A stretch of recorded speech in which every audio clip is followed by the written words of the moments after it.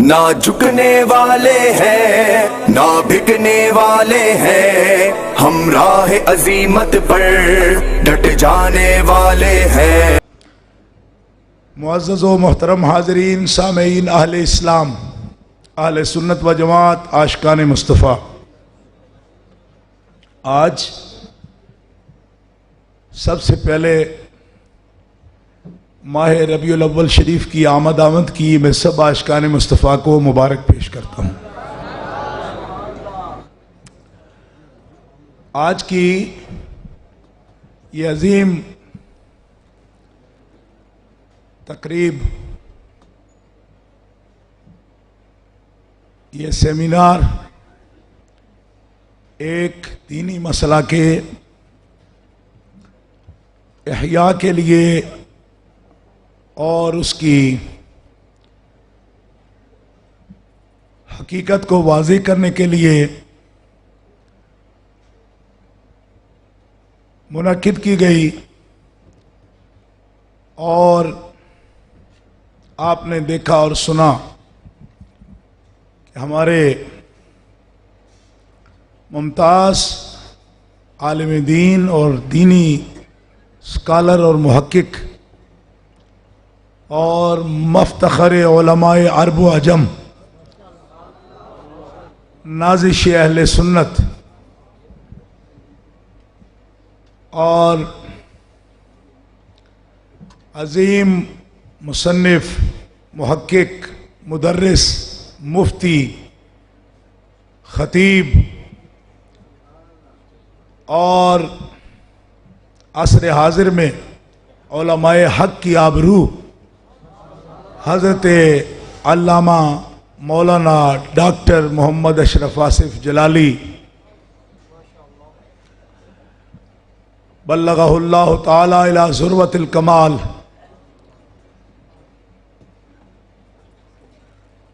آپ نے آج کی اس تقریب میں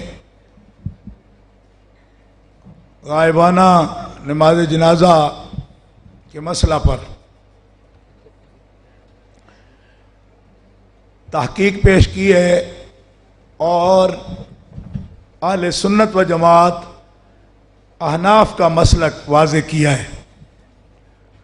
میں چونکہ آج دیگر ایک دو تقریبات میں وعدہ کر چکا تھا، حضرت سے بھی میرا وعدہ تھا کہ میں ضرور حاضری دوں گا، اور جو کچھ انہوں نے فرمایا وہ پریس سے میرے پاس مقالہ پہلے پہنچا ہے، میں نے پورا پڑھا ہے اور خاص مقامات سے تو بالکل غور سے دیکھا ہے۔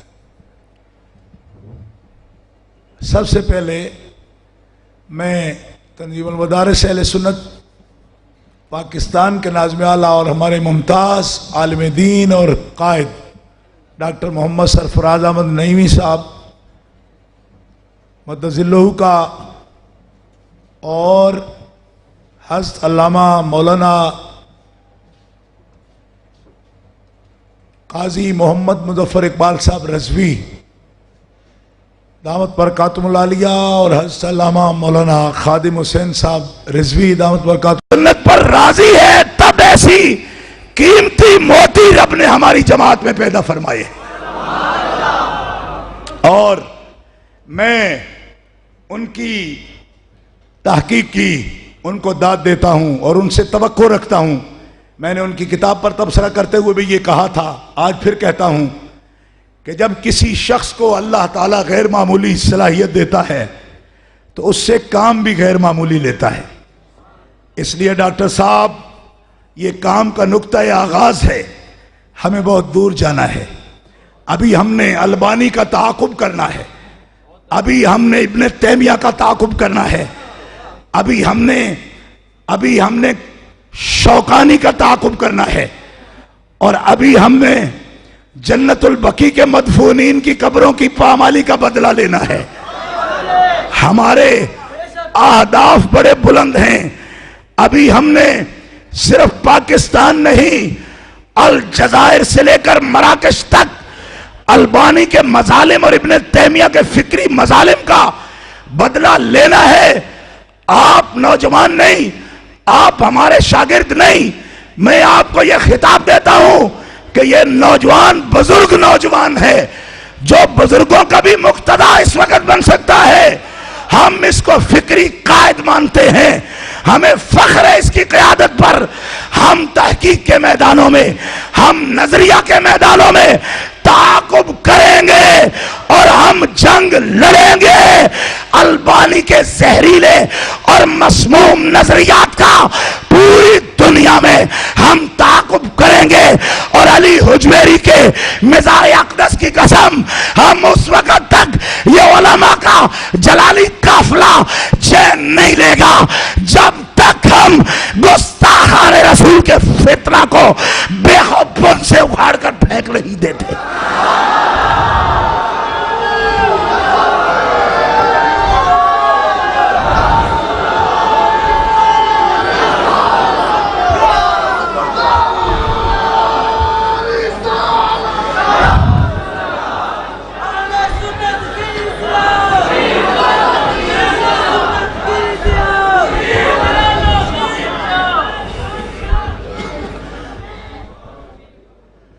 ہماری جماعت میں ایسے افراد موجود ہیں اور ہم پر امید ہیں. ابھی بھی الحمدللہ ہمارے پنجابی میں کہہ لے وہی جلان چکانے ہوندے رہتے. ابھی میرے حافظ الحدیث کے اس گلشن میں بہت سے مہکتے پھول ہیں, اور یہ انہوں میں ایک بڑا گلے سرسبد ہیں. ہمیں ان پر فخر ہے. ہمارے جتنے بھی زندگی کے سانس ہیں, ہر سانس پر ہم اس نوجوان کی تائید بھی کریں گے, اس کے لیے بنیاد بھی بنیں گے. اور میں خوشی محسوس کروں گا کہ ان کا جو بھی کام ہو وہ مجھے آگاہ رکھتے ہیں, اور اس آگاہی پر ہمیشہ میرے دل سے دعائیں نکلتی ہیں. الحمدللہ کہ اہل سنت کا مستقبل روشن ہے, اور اس نوجوان کی ہر سانس میں اللہ نے اہل سنت کے لیے بہت سی برکات رکھی ہیں. اور علماء کا یہ فخر ہے, صلحاء کا فخر ہے, علماء عرب و عجم کا فخر ہے. اور میری دعا ہے کہ اللہ ان کے اوقات میں بہت برکتیں فرمائے, اللہ انہیں نظر بد سے محفوظ رکھے, اور اللہ ان کی دراز زندگی فرمائے, اور ان کے ذہن کو ایسے ہی زرخیز رکھے, اور ایسے ہی مہکتے پھول یہ تحقیقات کے لیے پیش کرتے رہیں. اور آخر میں اپنی طرف سے مفتی اعظم ہند رحمۃ اللہ تعالی علیہ کی عادت کریمہ کے مطابق, حضرت محدث اعظم رحمۃ اللہ علیہ نے, مولانا محمد سردار احمد رحمۃ اللہ علیہ نے منظور نعمانی کو چت کیا, تو مفتی اعظم ہند رحمۃ اللہ علیہ نے ان کے لیے بہت سے انعامات فرمائے. میں کبھی بھی اس قابل نہیں ہوں, میں اصل میں بکی شریف کا بھی گدی نشین نہیں ہوں. اکثر لوگ یہ سمجھتے ہیں کہ یہی بکی شریف ہے. بکی شریف میں نہیں ہوں, میں بکی شریف کی خاک کا ایک معمولی ذرہ ہوں.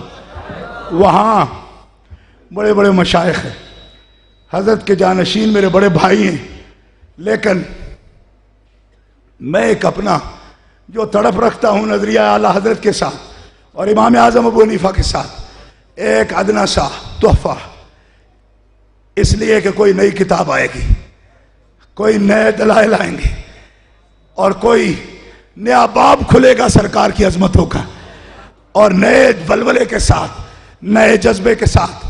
اس وقت دو بزرگوں کی طرف سے, ایک میں اپنے ابا جان حضرت حافظ الحدیث رحمت اللہ علیہ کی طرف سے 1,00,000 روپیہ حضرت کے لیے بطور تحفہ پیش کرتا ہوں, اور 1,00,000 روپیہ میں حضرت داتا گنج بخش کے اس آستانے کا خادم سید ہونے کے ناطے, یہاں کئی تقریبات میں نے یہاں آخری دعا بھی کرنے کا مجھے شرف حاصل ہوگا اس عرس شریف میں. اور آپ کو یہ معلوم ہوگا کہ میرا یہاں 15 دن آنا صرف داتا صاحب کے عرس کے لیے اور حضور میاں صاحب کے عرس کے لیے میں آیا ہوں.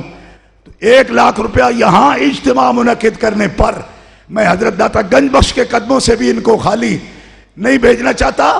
روحانی فیض تو وہ دے ہی رہے ہیں, لیکن ان کے دروازے سے داتا گنج بخش کے نام پر 1,00,000 روپیہ بطور تحفہ, یعنی اس مجلس میں 2,00,000 روپیہ میں حضرت کو دینی تحقیقات کے لیے ان کے لیے ذاتی طور پر پیش کرتا ہوں. وہ چاہے تو کتابیں خریدے یا چاہے تو جو مرضی کریں اس سے. اور سچی بات یہ ہے کہ اتنے بڑے اجتماع میں یہ ان کا ادارہ صراط مستقیم ہے اور ان کے دروس ہیں، آپ سے رابطہ ہے. میں آپ کو دیکھ کر میرا کلیجہ اتنا بڑا ہو گیا. یقین فرمائے مجھے بہت حوصلہ ہو گیا. بڑا دل جلتا تھا کہ لوگ صرف حکیں سنتے ہیں اور سنگیت سنتے ہیں. اب تحقیق سننے بھی اگر آپ لوگ آنے لگے ہو تو مجھے لگنے لگا ہے کہ ہم زندہ ہو گئے. آپ پر بھی بڑی خوشی ہے مجھے. ایک فقیر غریب سید ہوں میں آپ پر بھی خوش ہوں. اور پھر میں ہاتھ جوڑ کر ان کا شکریہ علماء اہل سنت کا ادا کرتا ہوں کہ آج اتنے چھوٹے چھوٹے طبقے ہمارے بن گئے ہیں کہ وحدت کی کوئی صورت نظر ہی نہیں آتی. میں ان کی عظمت کو جتنا بھی سلام پیش کروں کم ہے کہ ان لوگوں کے دلوں میں بڑی جگہ ہے. اور اگر آپ اسی طرح کشادگی کا مظاہرہ فرماتے رہے تو وہ دن دور نہیں. ایک ایک بھابی جٹ کے مارا گی اسی رب سچے دی سو مینوں اینج جوڑ مار کے نہ مارے تے آکھے سید دا پتر ہی نہیں سی. وآخر دعوانا نعرہ تکبیر.